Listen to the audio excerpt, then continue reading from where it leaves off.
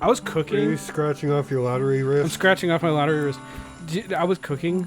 I made some delicious pork. Is that what I smelled when I pork came cutlets. Yeah. But while I was making the sauce, oh no, it was like a sweetened-ish glaze with rosemary in it. Ooh. But in order to make it, you pour a little bit of oil in the pan.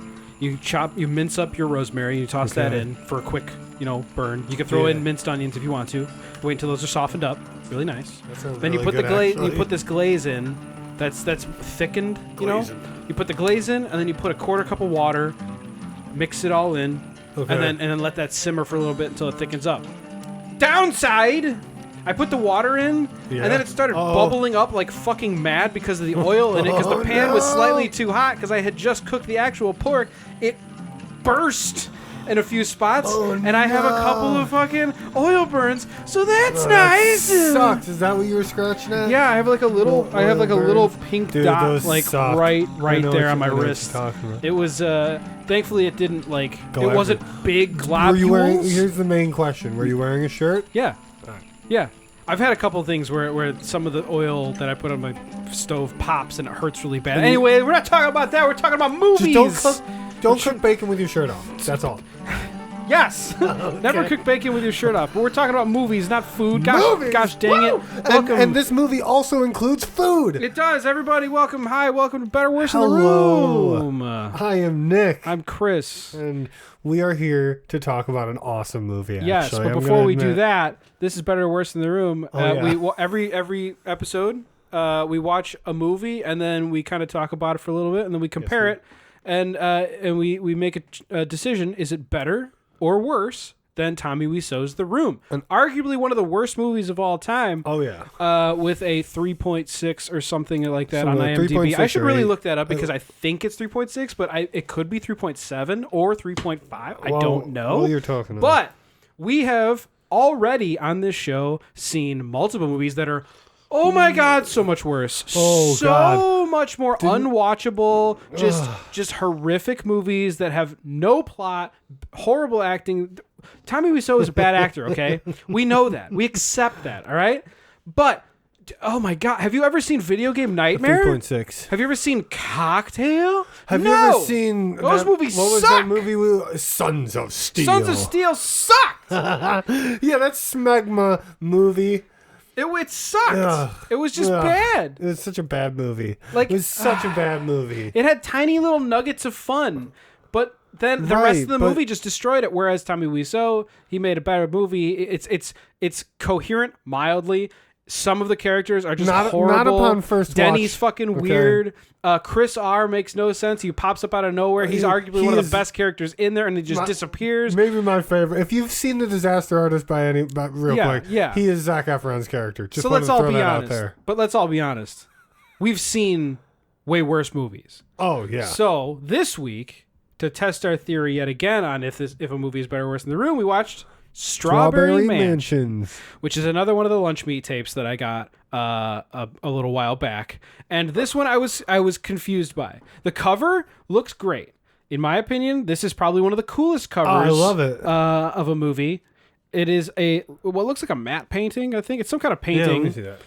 It's got grass people. It's got it's got two rat sailors. It's got a crazy old lady who looks like she's from the B-52s. It's got some sort of demon up top there. It's got a crazy demon with flaming hair, giant blue eyes, and a big blue beard. There's a frog playing the saxophone. Blue eyes white dragon.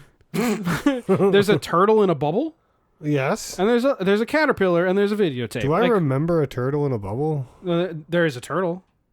The main girl has that teeny little turtle as a pet. You're right. But Strawberry Mansion, back of the box. Back of the box. In the not-too-distant future, an all-seeing surveillance state conducts dream audits to collect taxes on the unconscious lives of the populace.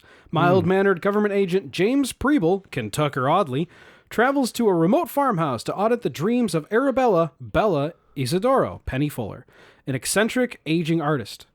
Entering Bella's vast VHS archive, which contains a lifetime of dreams, Preble stumbles upon a secret that offers him a chance at love and hope for escape. Kentucker Audley and Albert Bernies playfully surreal surreal romantic fantasy envisions a world not so different from our own, a glitchy digital dystopia where every human experience is monetized, where even our unconscious minds have been colonized by advertising. With its wildly expressive color schemes and inventive dreamscapes, Strawberry Mansion also conjures an optimistic future through a retreat to our analog past.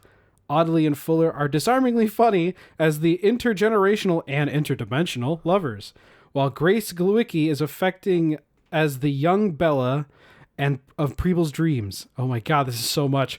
Electronic music. It's still going. Electronic musician Dan Deacon scores the strange vision with shimmering synths and hypnotic strings. Good God, that's a novel. Hold on. I want to say 2001 color, 91 minutes unrated. At least this part is fair. That it's all factual? At least, yes. At least this everything you just said is truthful? And in the movie, yeah. And in the movie? And in the no way! None of that is breast cancer. None of that right there is.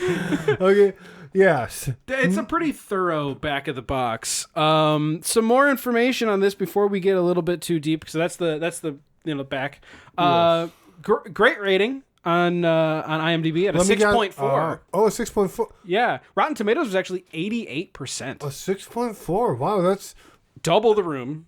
Yeah. Deserved. You said an 88 on Rotten Tomatoes? It was 88% on Rotten Tomatoes. Okay, so at least some people out there understand. Budget. Would you like to guess the budget? Is it higher than I think? Because they had a lot of paint. I couldn't tell you if it's higher than you think. That's a good... It's lower than Sons of Steel. Because Sons of Steel was $3 million. That's right. Okay, so let's go with 90,000. 200,000. 200,000. You were close to one. You were close to one monetary value, which is their box office, which was 90,000. Awesome. It was $97,526. Oh, cool. Okay, so you were pretty close. I was close to that. Okay. Not great on returns, considering $200,000. It was. It was in theaters. Even when we were alive? This was shown at Sundance in 2001. Okay. And then in February of just last year, 2002, it was shown in 27 theaters for 13 weeks. You said last year in 2002. It's 2022. 2022. 2002. Last year. Oh, God. Careful there. I choked on my spit. I choked on my own spit. Shut up. Oh, you're an indoor kid. I love it. But yeah, 27 theaters. So not many, obviously. Okay. I think they were all in the U.S. But it showed at Sundance and then I do actually have a got a question. theater When it does get into theaters, and it's only 27 of them, like, it's not the one we have right down the road. It's probably smaller theaters, probably ones that are open to just randomly showing things.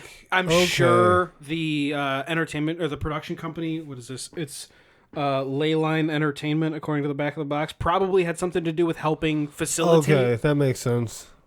But, I mean, for this style of movie, if I saw it in theaters, that would have been awesome, dude, to be honest. Dude, that would have been a...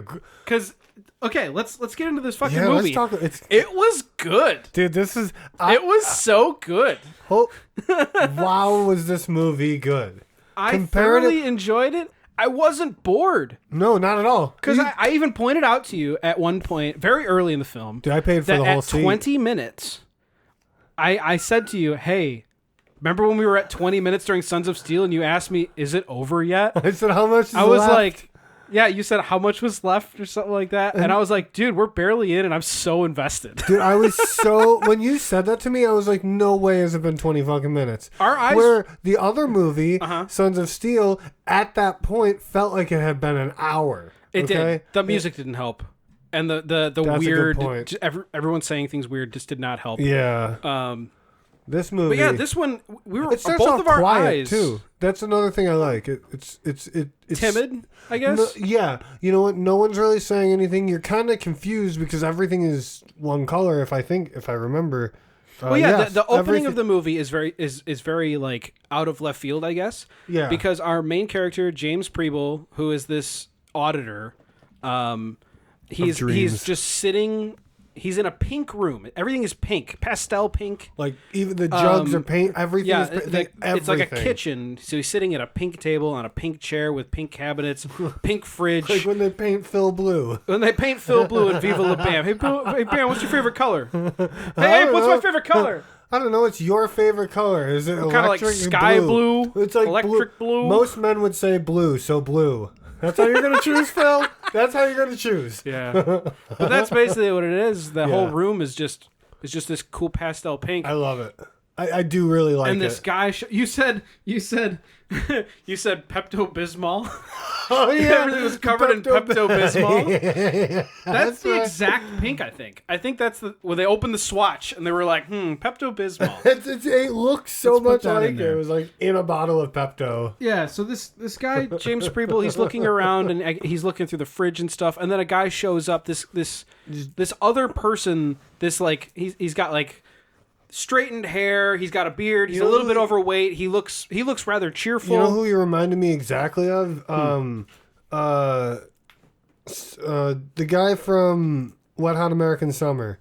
I'm not lying to you, Jeremy. You're piece of shit. That JJ, guy. Yeah, JJ? the guy who plays JJ. Okay. Well, if you Google JJ so from Wet Hot like American him. Summer, now that you say that, yes, give him a beard, give him a little bit more of like the bedroom eye, like the bulby bedroom eyes, you know? Yeah. And that's basically him. And this guy walks in and he's like buddy with James. I think his name in the credits is Buddy.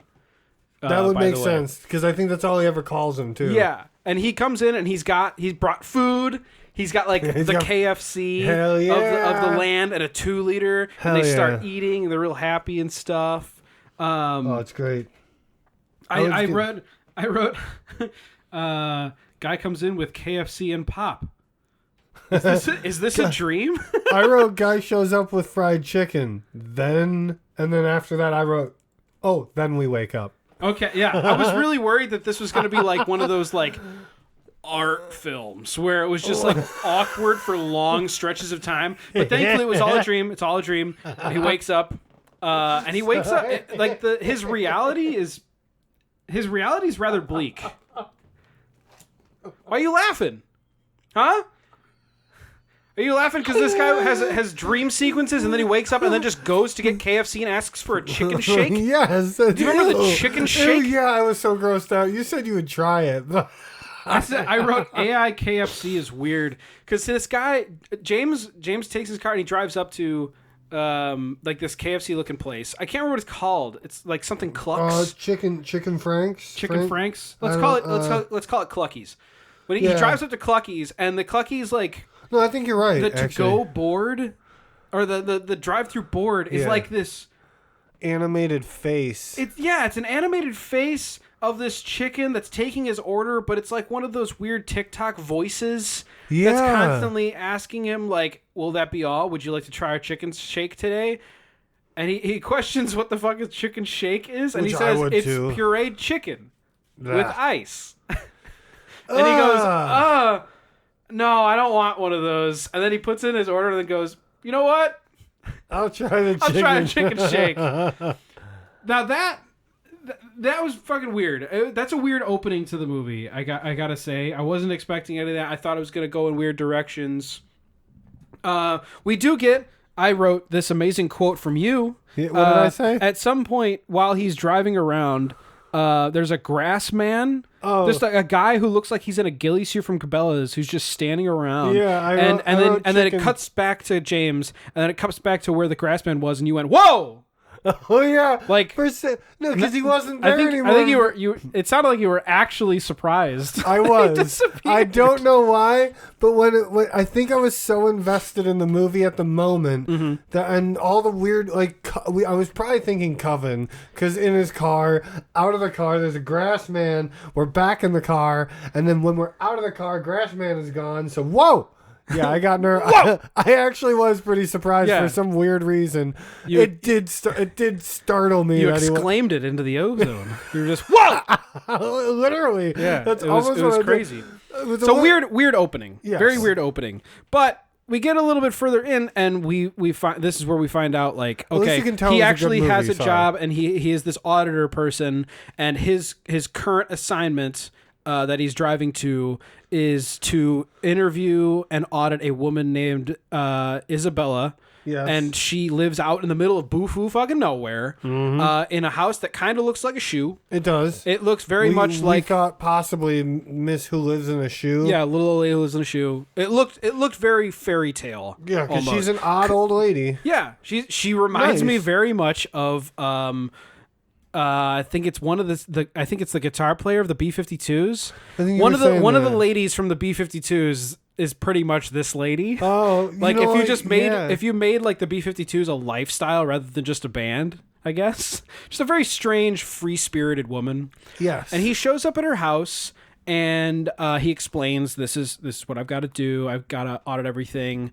And he starts asking her questions and he realizes that him in the big city and being up with technology, he's got like these machines that when you sleep, they record all of your dreams, and then anything in there that's I'm not really sure the rules. They never specified that. That is they don't really specify exactly what is being taxed in your dreams, but if you dream of certain things, you have to pay for them. Right. So every night after James dreams, he has to take this little chip out and he puts it into a machine that like gives him the A-OK that he didn't dream anything bad. Very, very like 1984 Thought Police style, where like I wonder if there is like if you dream something against this system, are you going to be dinged? Like, what's the whole thing with that? Because that seems, I don't know, the concept of recording your dreams and taxing them is very strange already. We're not there. I'll ask you when we get to that point. There's a specific question I've had since we watched it, but I don't want to ask it yet because it will come into play later, I guarantee it. So that's his setup is the new age stuff. He's got the nice stuff. He's got the sick, nasty USB-C plug-in garbage can helmet. No, that's the old school shit. Oh, that was the old school shit? This lady has none of that. She's got like 2,000, she says, VHS tapes, and that's how she's recorded her dreams for the past fucking who knows how long. And the whole reason he's doing this audit is because she doesn't really show up on anything because she's not using this newfangled technology. So she gets found, and now they have to do an audit because she owes money. She's been recording money. Here's a funny thing, a little bit of funny thing. Yeah. She's been recording her dreams. Yes. If she's doing it on tapes, does she really have to record her dreams? That's one thing that I wonder about this movie is what is the thing that's stopping you from not recording your dreams? That was Everyone my thought has too. to do it. No, I know, but what's stopping someone from just not doing it? And according to the back of the box... And if I don't sleep tonight, do they know that I didn't sleep? Or do they think I didn't pay my taxes? Yeah, like what if you don't sleep that night? Yeah. I wonder how that's done. Kind of it doesn't say on the back of the box, but in the there is movie, a lot on the back of the box. In the movie, they do say the year is 2035. So that's only 12 years away. They said 2035? 2035. Oh, 2035. I thought they said 2023. 2035. We watched a movie where they said 2023, and I thought that was great. That was probably Sons of Steel. It might have been. You know what? I think it was. It was the distant future, the year 2000. Yeah, pretty much. But this movie takes place in 2035. So only 12 years in the future, we'll be recording our dreams so the fucking government can tax us. Don't just say that. Don't say that. They might start doing it. Joe Biden 2, Electric Boogaloo. He comes back. He's a head in a jar with a bionic body. No, he's in your dreams. And he's in your dreams. That's how he talks to you. He's got a red and green sweater on. He's got a sick, nasty little derby hat. You want a good popsicle? Don't smell my hair. Don't smell my hair. It's like, no. I just have nightmares all the time. No, Grandpa, no. But, okay, so this lady has literally 2,000, possibly more VHS tapes. And honestly, it seems like quite a daunting task to have to go through these. And we talked about this throughout the movie. Yes, okay, he has to, if we're taking it like DVD player to VCR or however, like digital to analog. Right. If you're watching a dream, because how this has to happen is there's a VCR kind of thing that James has to put the tape into, and then he has to wear what basically looks like an upside down garbage can with a bunch of doodads and LED lights on it. With corrugated vacuum hosing connecting to the VCR, and then he has to put that over his head, and that's how he experiences her dreams to tax it. And then he goes into the dreams, and he's basically Obi-Wan Kenobi, blue Jedi ghost style. That's right, he is. I think he's the same shade of blue too. It's the exactly same. the same. It's exactly the same. And he has to do that for every single tape. And we talked.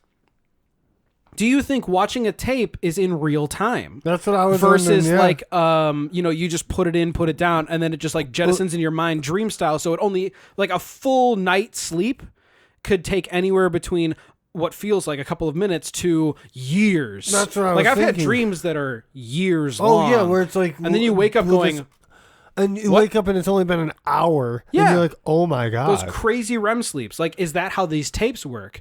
Is like, because if you're going through 2,000 tapes, I farted. Nice, if you're going I through heard that. 2,000 tapes, how long is that gonna take? Oh my god, You have to audit that? Oh my god. I'm sorry. If you have to audit 2,000 tapes, like he basically like moves into her house. Yeah, pretty much. Like She he has takes room and he takes a everything. spare room, and he basically lives there. We don't know how long. We don't get a timeline for the movie really. It could take. I would assume the movie takes place over a number of days to weeks. I would think weeks because there's no way. Let's assume weeks. Yeah. Okay, because the whole story, like the back of the box says, is like a romantic-y especially story. Especially if he's falling in love, you kind of don't want it to be a day. Yeah, like every other fucking movie. Yeah. Which I liked. I think Frozen was the only movie I watched, or one of the only movies like of recent that I watched that were like, are you serious? You literally know him one day. What the fuck are you Oh, doing? yeah, Like that's right. someone who actually spoke that out loud was going like, you what? don't even know this person. You idiot. Yeah. That's one of the best moments. That's a good thing to have in movies. Yes. So I don't like it when movies do that, where they just like thrust and then within 24 hours they're like married with two children. It's like, Yeah. what the? Whoa. We've been together 84 years. Whoa. No, it's stupid. It's a very annoying portion of movies. I don't would like agree. it. I would It's agree. unbelievable. I can't suspend belief. I was going to say This movie makes a little bit more sense to suspend belief because of how long, let's say, watching a tape is 1-to-1. Right. He's going to be there for a while. He's going to have to go Years. through at least a couple hundred tapes because as we go through the movie, James, as he's watching these dreams, he's seeing the young version of Bella. That's right. You know, that's right. honestly, fairly pretty Yeah. woman, and she's in like this white dress that looks very like. If you're you know, it looking looks at the very cover, flowy. she is the one all the way to the right. Yeah, I mean, she has like a nice dress on, and Yeah. he's all. James always has this nice, Suit, brown tie. suit. Yeah, with the very, hat and very like everything. classic 80s businessman, I like the hat. door-to-door salesman almost. Yes. Yeah, he fits the motif. They both fit this nice, like, surrealistic dream future motif. It's Yeah. nice. Yes. And it is I think it is a successful lovey story. Because it's not a love story, because they never Right. really talk. They just, like, slowly get to know each other and they like each other. Right, but doesn't she kind of save him in the dreamland somehow? At one Later on point? in the movie, yeah, there's a whole Okay. thing of her saving him because later on, you know, some shit happens and he's got to wake up because he's still in dreamland. Oh, that's right. I do remember that. But you know, Okay. yeah, throughout this movie, he's you know seeing this young Bella all throughout you know these dreams, and he's starting to like her. It's cute. It is cute. really it is is. nice. It It's really- not in your face. It's a little creepy. It is Yeah. a No, I would agree little with bit that. creepy It is. because this man he's doing his job. Yes. Which he has to do probably for you know many times throughout the year. I can only imagine because this is only showing like good dreams. I was gonna say There are imagine- no nightmares. There are no I fuck dreams. kept There are thinking no about the crazy nightmare- ones. The nightmares specifically, the fuck dreams, I thought would be hilarious if you had to be an auditor. It's like, oh, this is so awkward. Because if you think about any of your You're fuck just dreams, they're walking just around awkward. pitching a tent, going $10, $10, Well, it's like it's $50, also like $14. this is a really weird scenario. This person just popped up out of nowhere when that person left. That and one's- now we're fucking. That one's just a What? starfish of legs. Exactly. Just weird stuff. Yeah. But like it was the nightmares. Like what if you were dropped right into a crazy like that not I thought about it specifically. The foreboding type of nightmare, not the one where you actually have anything in Creeping it, but dread? something up there. There's creeping dread. Dude. Yeah, existential those are the dread. kind It's just of, like, oh no, I know it's coming. When will it come? It won't those come, are the but kind when of will nightmares it? I have. Yeah, I don't never like really those. have anything. Those aren't fun. Well, if I can see something, it's that feeling, and right before I wake up, it usually shows up. Maybe. And then you wake up. Maybe. But did you find Maybe. But did you find It's awful. But we get none of those. That would have been cool. We do get some of those. Like, not horror or truly scary dreams, but let's be fair, the demon thing on the front of this box, yeah, I could constitute that as almost a nightmare. Dude, I would consider that my kind of nightmare because you see it at a distance. It is sitting there politely.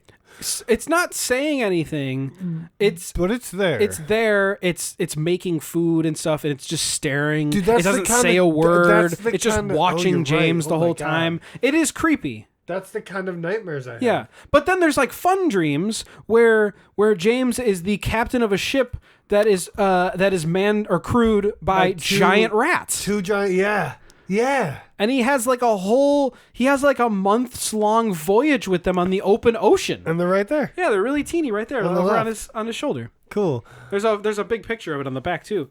Oh yeah, which I was pleasantly surprised of the articulated mouths on every costume they had. Every mouth articulated on every costume that was covering the face. Yes, that had a legitimate like head. Because there's a couple of scenes where there's people covered in grass, like ghillie suits. Right. There's a couple of scenes where there are people covered in what look like VHS tape. The film tape, magnetic tape. Yeah, it looks like they're covered in that. And those obviously no mouths. Right. But the two rat sailors, their mouths actually moved. And the demon. And the blue demon, he screams once. He screams the sound of a fire alarm that was piercing and actually kind of horrifying. Yeah, it was. But the mouth opens, which was really cool. That moment, like you just said, that movie was frightening because it had that weird element of reality to it when it wasn't real. Surrealistic. Okay, heavily surreal. Yeah, everything's like... Okay, if it's like there's things that are off. It's not out of the world of imagination, but like things are off here. Yeah. Like, it's kind of like a Nolan Tino film. Okay, I don't know what you mean by that, but that's fine. Quentin Tarantino and Christopher Nolan. If God! If both of them put a movie Could you imagine together, if The Dark Knight was directed by Quentin Tarantino, written by Christopher Nolan, but directed by Tarantino? It started in the middle. They just have like really mundane conversations with each other randomly, and then the Joker would show up, doing something crazy over here. Then we come back. Yeah. I don't know. Say what again? Batman slams the Joker's head off the table. Ow. And that's the beginning of the movie, and then they go back again. Yeah. And, well, then now you're gonna learn why that happened. And then if you replace the time elements of Inception. if you replace what's the guy? Christian Bale? No, Fox. Morgan Freeman. If you replace Morgan Freeman with Samuel L. Jackson, boom, Quentin Tarantino film. You're boom. Right. Oh, then we just who do we replace Christian Bale with? I don't care. We're getting off topic. Back to Strawberry Mansion. You gotta tell me. I need to know this. So, God damn it. So James is like, he's going through all these dreams, and slowly as he's going, he's talking a little bit more with Bella in the real world, and getting to know her and stuff. And he's starting to hallucinate. Weirdly, like I think when he has like a dinner with her at one point, like a fancy dinner, candlelit and stuff, and they're talking back and forth, and I think this is probably like, let's say, a week or two in. I would assume, because they're now talking a little bit more like more personable and stuff, and he's a very quiet he's very timid and quiet. I don't know how to say it. James is a very quiet person. He doesn't seem to like over embellish himself or anything. Like he just takes everything in stride or whatever. Slow to speak, quick to listen. Yeah, but Bella is like way more eccentric. She's way more like open to stuff and like artsy and weird and hippie like. But as he's talking to her, he's like getting snippets of like he's seeing young Bella from the dreams. Oh yeah, that's and then he has to like rub his eyes. He's like rubbing his eyes and stuff, and going, "What the hell?" Where the two are kind of like going together, and then he's like losing focus and seeing the young version. Yes, and that's I think where we start kind of understanding that he's kind of like He's like crushing on her a little bit. Yeah. Or he's like seeing things because he's probably been watching. He's been watching Dude, hundreds of hours of dreams of her, of just this woman. I would say that would make you fall. That could make you fall for a lot. And just about anyone if you're watching their dreams. It's what he does every single audit. He falls in love with every single person that he goes man to. Or a woman. Regardless, it's just like, God, you're awesome. I just really want to hang out with you. It's like I know I only know you from your dreams, which is a really skewed version of yourself, but I fucking love you. I love you so much. In fact, we're gonna have a candlelit dinner tonight. I know you like it when I tell you things, not when I ask. Anyway, here's a bill for $200,000 that you owe the state because you dreamed about unicorns, which aren't real. And fried chicken. But yeah, he starts seeing these visions of her, and he talks a little bit more to her, and she I guess opens up, and he's realizing throughout watching these dreams that there are things in her dreams that don't feel like they should be there. Like in his dreams, as we see these buckets of fucking KFC chicken all the time. Yeah, and Buddy Cluckies. shows up, and Buddy he's always there. Yeah, he's always in his dreams, but there are no like mass products in her dreams. Yeah, that's she's like weird. free of like outward influence. More like and our he's a little bit dreams, weird about it. And she pulls out this like giant LED covered like Christmas rainbow light helmet. Yeah, this like full out helmet. And she explains that it's basically what she said was it's ad block.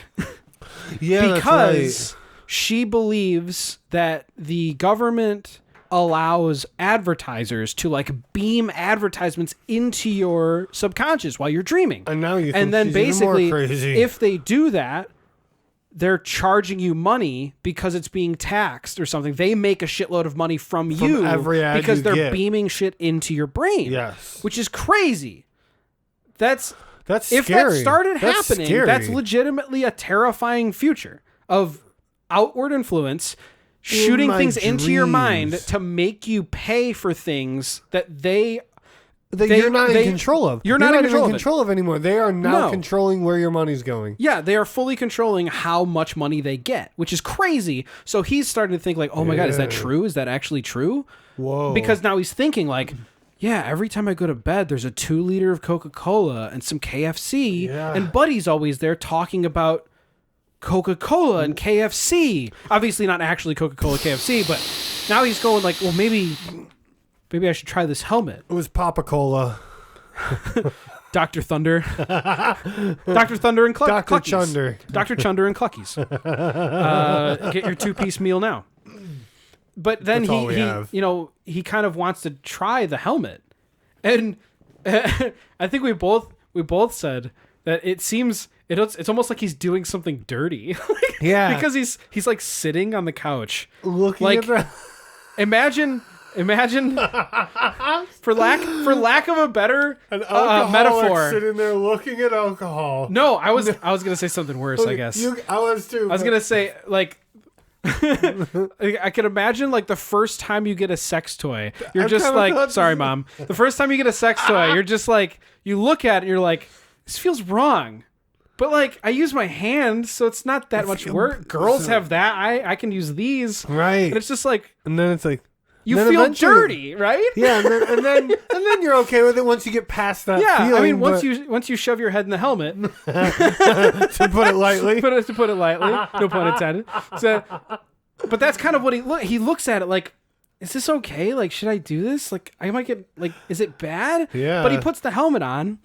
And then he actually has like a normal dream, and he notices that the bucket in there isn't there, and Buddy is like locked outside of the pink room. Screaming he can't get in. at him, by the way. Buddy he's not screaming, but he's like he's frustrated. Does later. He's frustrated. You're right. That he can't get in. He's like, hey man, I tried the door, it's locked. Like, what's up?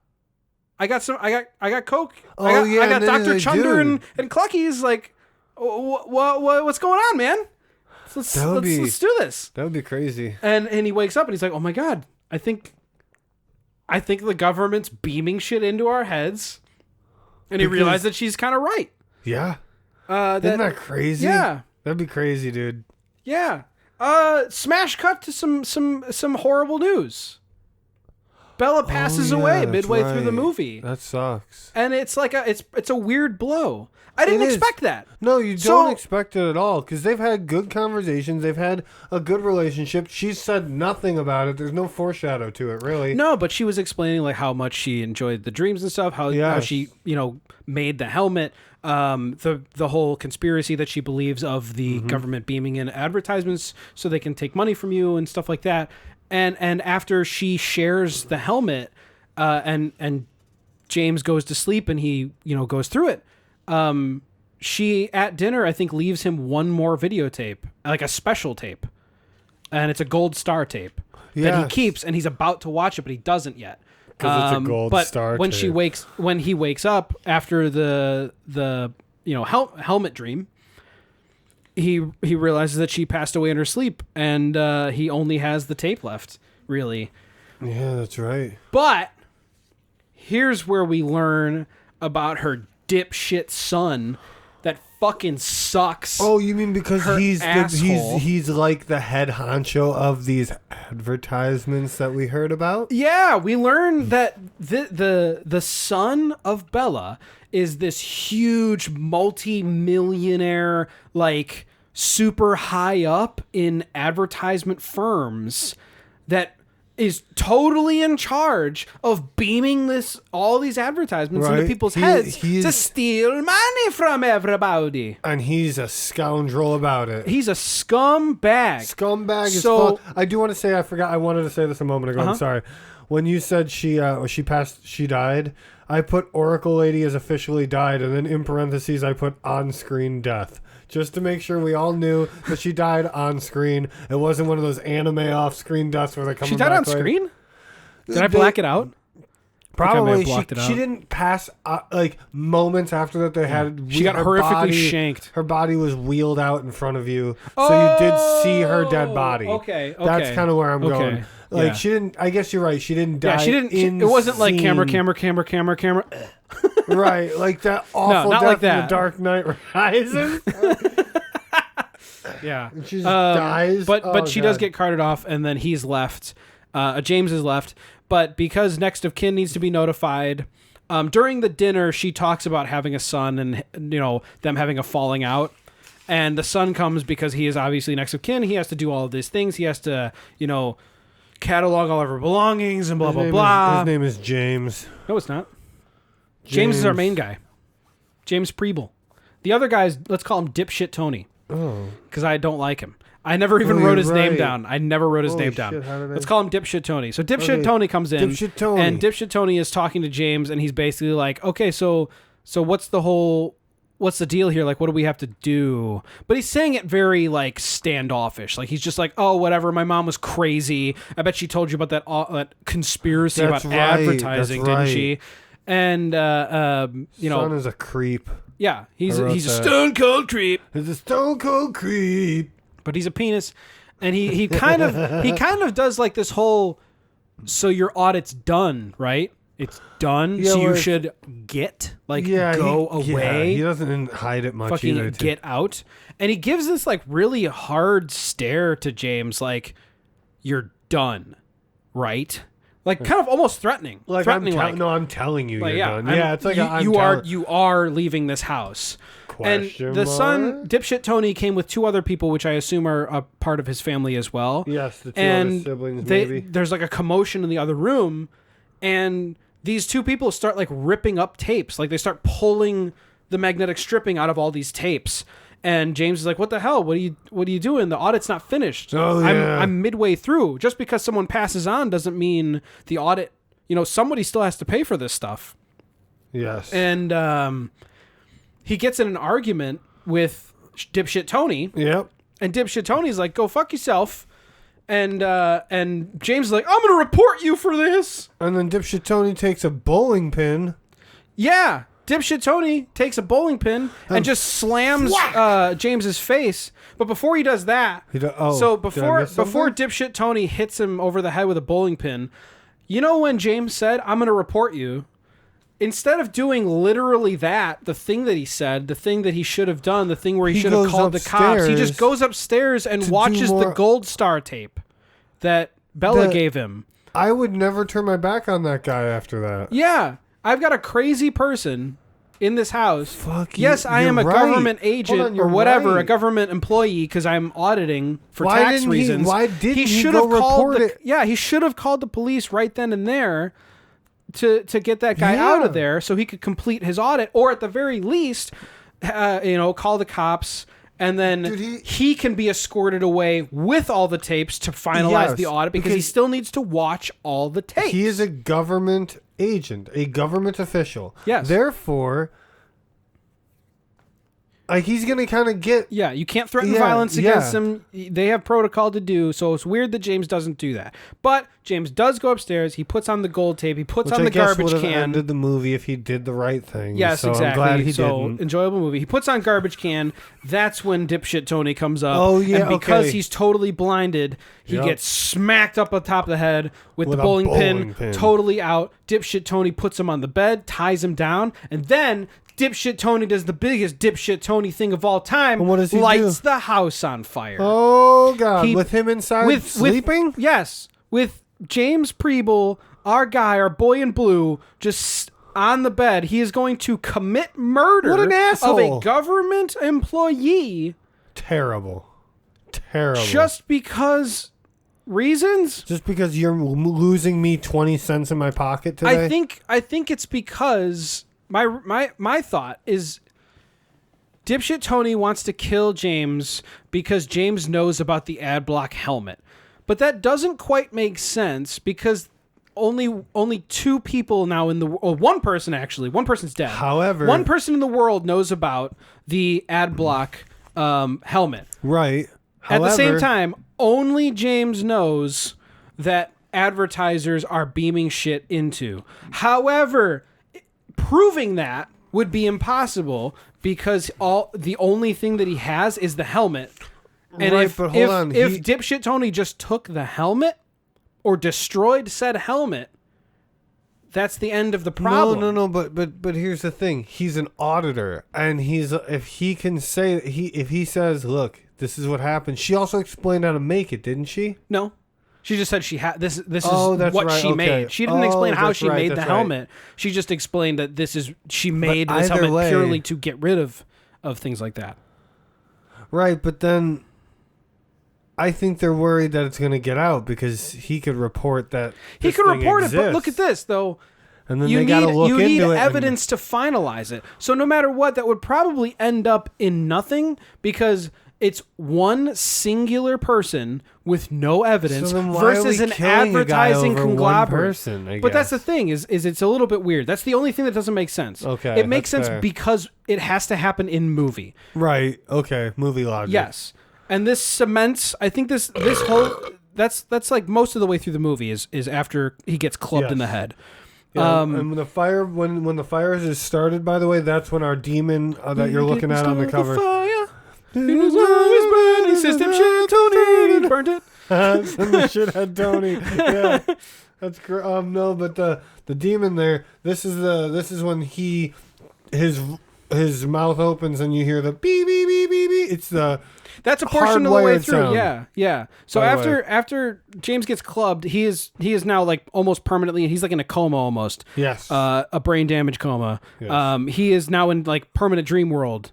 For a while because he got clubbed in the fucking head. Right. Yeah, and he's not waking up. What would you do? I would go to sleep too. No, I'd wake up.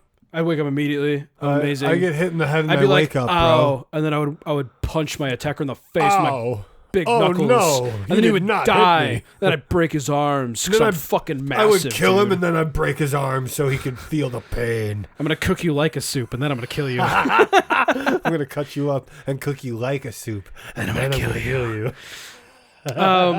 So he's in dreamland, and this is where we get like a lot of the super surreal out of left field stuff. Yeah. This is where we get the awesome rat sailors where Yes. he just turns into a captain. He's got full captain garb too. Dude, like he goes all out. He's got he an knows, awesome he coat. knows the He's got a terminology, full-out hat. everything. Yeah, he knows the full terminology, and he's on a quest. He's on a quest to Awesome. find Bella, and that's what he wants to Awesome. do. Throughout all these random dreams, he's in the pink room sometimes. Hold He's on. here. He's in the blue demon room. Aren't these his dreams then at this They point? are his dreams, yes. So how is he going to find Bella?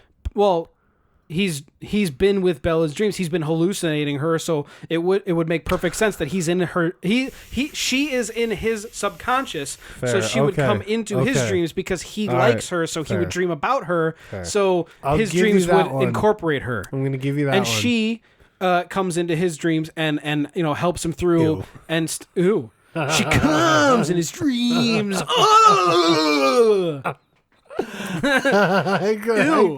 I couldn't help myself. It But was she's sad. like worming her way through, and she's like trying to help him and do the wake up. You have to wake up. The house is burning kind of thing. Wake up! Wake up! What do you think is on the table? You wanted to! Tony's turning into the house. You wanted to! I don't remember anything else. Thank you, Josh. But she's kind of helping him wake up, and eventually he she kind of does that.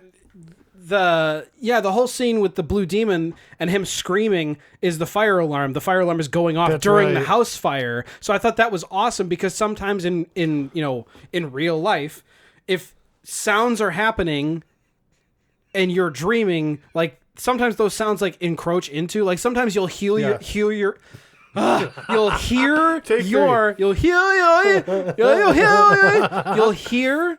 alarm go off in your dream and then wake up to the alarm. I had a dream that happened. I have a dream. However, I saw myself pointing at my alarm clock going, dude, you got to get up. Yeah. It That's was a weird going feeling. off in the dream. I woke up. It was time, but I'd never said it, so it wasn't going off. Oh. Was it a work day? Yes. Dude, you saved yourself. It was awesome. How to save a lamb. Dude, wake up. That's pretty weird.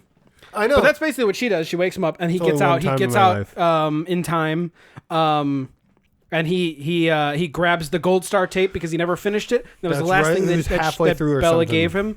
And she saves her little pet turtle that we see on the That's front. right. Yes. Sugar plum. Sugar I don't know. sugar bees. We'll call it sugar plum. Scaboobies. We'll call him Scooby-Doo. Scooby-Doo. He's Scooby-Doo, sugar something. Ooby-Doo, Sugar Ooby-Doo. treat, sugar tart, sugar cube. Sugar, whatever. Ooby-Doo, He saves it, Scooby-Doo, gets Ooby-Doo. out, and he kind of sorrowfully watches the entire house burn to the ground. He's all sad and stuff because the house burned down. The house with all their tapes, all the memories and such, and all the dreams that he wanted to watch of the love of his life. Or the dream love of his life. No! Good old James Earl Jones. No! Why, George Lucas? Why'd you have to add that? No! I know. So stupid. One word. Why? We didn't need it. No. No. That's all it is. That's James Preble should have. Well, the house was burning. No. They have James Just Earl holding Jones the tape, doing the voice. the tape and the turtle, and it's James Earl Jones. It's the only. He licensed that one soundbite. No. That'd be so odd. But he's all sad. And he goes home and he He's pops sad in because he didn't have a James Earl Jones to say no. He was sad because he didn't dream of James Earl Jones. He was all sad stuff. But he goes home and he pops in the gold star tape, and he relives the last dream that she had gifted him, which is Bella and this grass man having they're walking through the park and they're having a picnic together, and he's reading poetry to her. It turns out something magical happens. And then she starts like peeling all the grass away, and James Preble's underneath all the grass, and it's so cute and stuff. And they end up on like an island, and they're enjoying themselves on the island, and everything is given to them. Like they dig up fresh vegetables in the sand. Yeah. They make up their own games, and they have all the fun in the world, and they're all awesome. enjoying The it. dream world. And then by the end of the movie, they meet up at the little house, and they walk hand in hand towards the house, and then we get end credits, and it's a fantastic little By ending. the way, and I thought it was the cute. walking toward the house, that's the second time in the movie they did that exact shot. Yeah. It was at the very beginning when he ended up showing up at the house to audit.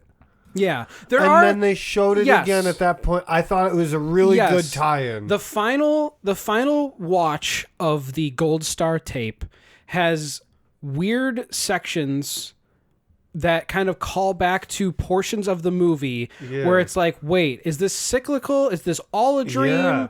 Because isn't that cool? Right at the beginning of the movie, when James shows up at Bella's house, she said says, lick the ice cream cone, and she holds an ice cream cone in front of him. That's right. And very slowly James licks the ice cream cone, and that's where we get Strawberry Mansion. That's the opening. Right. But then that's our title card, doesn't it? But later on in the movie, at the final dream sequence, he's like falling through the atmosphere as a comet, and Bella is also another comet, and his like, he's flying all the way through. He's coming down. He's burning up. He's getting smaller and smaller and smaller. And then he lands in the ice cream cone as the lick happens. But then there's also them walking in the large fields in front of the house. There's a bunch of things throughout the movie that's like, okay, were they dreaming this the entire time? Because now he's like is he permanently in a dream? Because he's going hand in hand to this house, which kind of led me to, okay, this is very cute and all, but I think this might be an unhappy ending. I don't think it's a happy ending. You said, I don't know if that was happy. I think this is actually a very sad ending. Yeah, he's just real quick, before I ask you why that, I want to tell you what you said right when we first saw them walk across the field to the house. I do not remember. As soon as it was just him at the time walking up to the house, and like he could have parked a lot closer. Oh yeah. I think they wanted the shot, but they did. But yeah, when he pulls up to the house the first time, he basically pulls up to like the mailbox in front of this 2-mile long stretch of driveway. And it's mostly just field you're looking at. Yeah, he's just walking through an empty field. And I mean that it comes into play later. Yeah, as to why, he basically parked behind the house and walked through the backyard. Yeah, pretty much from the neighbor's house. Yeah, but they redo the shot, and then it's them walking hand in hand. But here's why I think this is a sad ending. Yes, please. I don't think this is a happy ending, because throughout the film he's slowly falling in love with someone who doesn't exist, or used to. Here's why I think it doesn't exist. Bella is a real person. Yes, Bella used to be young. Yes, Bella is not who she is in her dreams. Right. That's a Bella's version of her. Only on the tapes. She does not exist outside of these tapes. Yeah, it's like watching any movie we have here. It's like falling in love with the character. They're not live things. Like we watched Strawberry Mansion, that wasn't happening live. It's a movie. I fell in love. It happens like it was in the past. Live. It's permanently in the past. Hold on. So what? him falling in love with this past fake version of her. I'm still mad at you. I don't care. Him falling in love with this fake past version of her is like him giving up on regular life. Like there is nothing left in regular life in 2035. Right. He's an auditor who's very, quiet and soft-spoken. He probably doesn't have much to live for. As we saw when he woke up, he's not living in a great apartment. He doesn't live in like the life of luxury. It's just a bland, like concrete-looking room with a mattress with, scraggly sheets and a cover. It looks like he goes there solely to sleep. Yeah, he basically he looks kind of downtrodden a little bit. Yeah. But he meets this woman and he sees in the dreams, and now he's having like the time of his life because he's seeing like this happiness, this outside of advertising, this non-pink room, this luscious place with flowers and greenery and this Technicolor house and these pastels everywhere and stuff like that. Like that's all he has now. And the fact that he's at the end of the movie taken the gold tape and plays it, I think the end of the movie is him giving up on life and just rewatching the Gold Star tape forever. I think so. I think it might be. I think that's how it is. Unfortunately, it's very depressing, but I think that's what happened. I believe he gave up on life and he just watches this tape over and over again with his head in the garbage can and this vacuum tube sticking onto a VCR fucking tube. I unfortunately I think that's what it is. That does not take away from the fact that I loved this movie. Oh, I agree. This movie was fucking I would actually awesome. say a sad ending in this case is better to me than a happy one. Yeah, they can be taken both ways. It's very cute. It's very lovey. It's very happy-ish, but it has a tint of super depressing if you I choose to have read it that way. a tint of loneliness. Yes. I would go with that end because that makes a better movie. I think it's left open for this. Yeah. In that Heartache way. and loneliness. I just is definitely... noticed something on the cover real quick. Yes. I didn't notice this before, but is that not the comet he becomes? Yeah. Yeah. So that was something super important to the movie in their eyes, I guess. Well, and also their eyes, the frog with the saxophone was super important too, because the frog. That's right, there is he's a on scene there. where they go to a. I got frog. Bella sax. and James go to a. No, this is one of the dreams that he's sitting in on as a Jedi Master. He's all blue ghost. Bella is at a restaurant. He kind of just sits in front of her. She can't see him, but the waiter is a giant frog head, and then starts playing saxophone. Person body, kind of think like Maroon actually, suit. I would say anything if you want to compare it to anything, it'd be like the ones in Alice in Wonderland. A little bit, yeah. A little yeah. bit. Giant head though. Yes, giant head. I don't think not Alice in proportional. Wonderland's had a little head. Yeah, theirs were proportioned. I think that's it for the movie though. I can't really. Turtle Brown, is that what the turtle's name was? No, it was Sugar Snap. Sugar Snap. Sugar Snap. I think it was Sugar Snap. Sugar Snap was the turtle's name. I wrote. I wrote a bunch of like random notes in here, but I think we really went over everything. I think. Yeah, I'm just. I think that's it for that's the whole movie.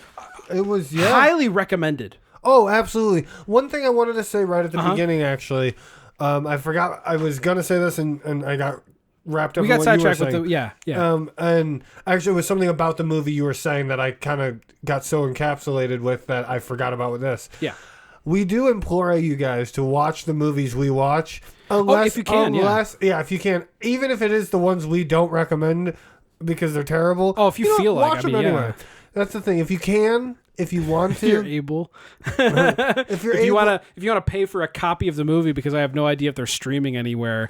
Some of these movies are pretty weird and out of nowhere, but some of them you can definitely find. Yeah, if I figure that out, I'll definitely probably mention that at some point because I do go look for them sometimes in case. Yeah, well, some of them you want to rewatch. But that's why I like owning physical movies and stuff. Oh, me too. This one specifically, though, is one of those that if you're not usually a cerebral type movie watcher, I would say give this a chance. Or if you want, this is a good date movie. Yeah, I'd say it's a good date movie. This is a good sci-fi movie because of the weird tech, like semi-dystopian future stuff. Yeah. It's that's a good small romantic sci-fi movie. It's good. I think it's a really nice, so overt sci-fi that it panders to one group of nerds. Yeah, because I'm absolutely a nerd. I don't mean that derogatorily. You can get plenty of different movie lovers to watch this without too much trouble. I think. Oh yeah, absolutely. Anyone who likes movies outside of the realm of just standard kind of like pop movies, as I call them. Yeah. If it's not just your standard movie that comes out every 6 months. Yeah, it's not your Fast and the Furious. Thank you. Yeah, or Avengers type movie. And nothing against any of that. Just everything against them. Fuck those movies. Okay, cool. They fucking suck. I don't want to piss anybody They're terrible. Off, I can't. I don't. Dude, I am wholeheartedly against every other line has to be a quip. Just stop trying. Oh, just try to write. I never noticed that. Try to write good stuff. This movie didn't try hard in the subject matter. It felt fluid and it felt purposeful. Yes. This doesn't feel like they were like, oh fuck, I don't know what to do here. Let's just do this. No breast cancer moments. Yeah, you're None. right. Not one moment was a breast. There's only one moment that doesn't make any fucking sense. And it is when dipshit Tony shows up in one of the dream sequences way late. Like, I think it's right before the gold star tape. I think it's like at the ass end of right before James wakes up in the burning house. I think it's right then, or it's in the gold star tape. It's like it's near the end of the movie. It's right there. But he just shows up all cheery faced and he says, I'm really sorry for being a bad person. Yeah. Anyway, I really hope you have a great rest of your life. It makes no sense. Yeah, there's no reason for that character to show up to do any good. I think that character should have just been like disappeared. Like no reason to show him. That's the only thing that I saw in this entire movie that was like, why would that happen? Everything else in this movie is super on purpose, and I fucking love it. Yeah, now that you say that, I totally repressed that moment because it didn't make sense. It was quick. It's like 10 seconds. Yeah, it was super like, fast. why is this here? Yeah, because he's such a complete asshole and tried to murder The chicken him. shake made more sense than that. The chicken shake was weird, but that did make way more sense because it flows. Yeah, he had a dream about KFC, and then he goes through the drive-thru, and then they have some crazy thing on the menu, and he's like, "Oh fuck it, I'll try it." Like so when Wendy's came out with the vanilla Frosty, you were like, "What the fuck?" He's like, "What do you mean vanilla Frosty?" There's only one Frosty, chocolate Frosty. What the hell is that vanilla crap? Yeah, all right, I'll try it. Exactly. All right, it's not bad. It's like, no, it's pretty good. The new Wendy's Baconator Frosty, 6,000 calories. When are they gonna make the Frosty fries? That's just what I do, man. You no, just I know, but when them. are they gonna dump the Frosty on the fries? I think that would probably be the worst thing. They blend it. They blend. It's got chunks of tater tot in it instead of like cookie dough or something. It's called the mashed Frosties, and they just cut the little square cubes of French fry, throw it in there, mix it in. The Frostato. That'd be gross. The frost fry. All right, we're getting far off topic. Let's rate this motherfucker. 10. 8. 8 out of 10 here. I'll agree with that. I give this thing an 8 out of 10. This is a fucking great movie. I can't give it a 9 or a 10. The only reasons I'm not going to do that is because you need room. No, it's a little bit low budget at times. Just they're. Oh, you mean the blue Obi-Wan No, moments? I take that back. This is a 9. Because not it has like an 8.7. There's weird portions throughout the dream sequence of the house burning that feels a little bit too long. I feel like they maybe could have done a little bit more. If this movie was split into like 4 45-minute like blocks, like if it was a mini series where they could get a little bit deeper in the little moments and flesh out even more of the dreams and maybe do some of the horror stuff, like other things. To more branch out and open up on the relationship between them. Like, this is nice and cutesy fairy tale, but if they could make this bigger, I feel like they could potentially turn this into a 10. Cool. If this had a major studio behind it that truly believed in the vision of this guy, Albert, Bernie, and Kentucker Audley, like if they had... I would love to see another movie in this vein, in this idea, in this feel. It'd be great. So cool. But I would give this a 9 out of 10. I think this is a fucking awesome movie, and everyone should see this if they are able to. This is a great movie. I would agree. This is the best movie we've watched. Oh, yeah. Period so far. Best movie we've watched. 100%. And we've seen some good movies. Left Behind was a little bit better. Left Behind was second to this. Left Behind. Because Action USA was pretty high. It wasn't good. No, the highest one we had. I don't think it was like a 6 or something. I can't remember. Killer or Coven? Killer and Coven was a 5 out of 5. Coven we said was equal. I want to revisit that at a later date. Okay. Because I think it's better. I think it deserves a higher score. Do we want to watch honest. it again and redo and not redo? Do like a no. mini... We should finish American Movie and then we'll rescore it because knowing American Movie. The making of Coven. Again? Oh yeah, and Northwestern. It was Mark Borchart's whole thing, but that was good. Well, we're talking behind the scenes stuff. I think let's finish up this episode of Strawberry Mansion. But I do think everyone out there should watch it if they're into some nice semi-dystopian sci-fi with a nice romantic surreal story in there. It's nice. It's good. I love it. I love it. You know, I'm gonna go with you. I was enraptured. I was gonna give it an 8.7 because 9 is a little bit high and difficult. Because what if there's a movie that's like 10 times this? Like in my head, but I think it's a solid 9 because I was saying in the moment thinking about it. I think you're right because of that dual ending. I'll say dual because it can be either one. It's ambiguous. You don't really know. And I think I like that not ambiguous. a lot. That's the wrong word for it. But you can take it two ways. That's what you mean. You can accept it in two ways. So one, he had a great ending and he loves it. I think you're right. Yeah, because it's open ended. And that's what that means. Okay. I would go with that. Yeah, but that's it. Thanks for coming on this journey with us. We really appreciate it. Please come on more journeys with us. please come on our journeys. Come on our journeys.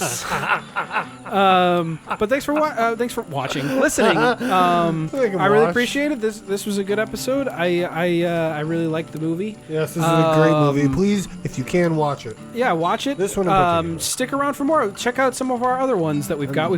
This is episode 18, so we've got 17 other, or technically we have 18 others because there was an episode 0. Yes, there was.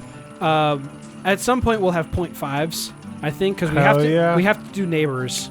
Okay. We have to do neighbors. We can do little mini 0.5s. Tommy Wiseau's The Neighbors, which is a horrific show because we never technically finished it. We have one more episode to go. Do you know how hard that was to dude, it's gonna be impossible. But give me like a minute. Hold on. Just kidding. It's fucking 18 seconds, okay? We counted it out. But that's it for this episode. Thank you. Here's a sneak peek for the next one. In the next episode, we're gonna watch Redneck Zombies from 1986. That sounds like a buddy that I have. Wow. So if you have that movie or you can see that movie, watch it before we have 2 weeks until the next episode. But until then, thank you so much. Hell yeah, we will see you in 2 weeks. We'll see you in 2 weeks at WrestleMania, brother. Oh! Woo! Woo! Goodbye.